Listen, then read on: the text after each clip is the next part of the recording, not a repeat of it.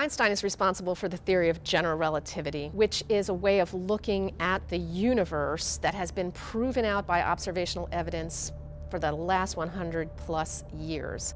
His basic tenet is that mass warps space-time, and that this can be observed, and that as, in particular, massive objects spiral around each other, that they give out gravitational radiation or gravitational waves.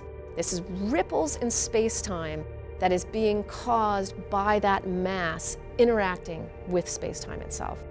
So that leads to a tremendous amount of predictions. In particular, as binaries in-spiral and collide with each other, we would see these waves rise to a peak and then ripple across the universe, and that they could even be detected if we had the right kind of technology to be able to feel or see or hear space-time itself moving.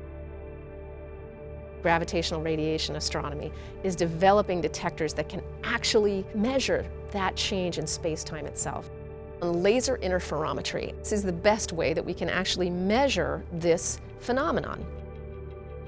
In 2017, a signal that was consistent with one of these gravitational wave increases and then decreases. We call it a chirp. It gets bright and then it dies down. It looked like the prediction. But the fact that we saw a gravitational wave signal that was consistent with in-spiraling neutron stars and a kilonova as a result. A kilonova is more energetic than a nova, less energetic than a supernova. At the same time, we saw a short gamma ray burst. That was great news, and it meant that we could take all the telescopes at our disposal and quickly point them at the location of the gamma ray burst. Hubble was called into the chase.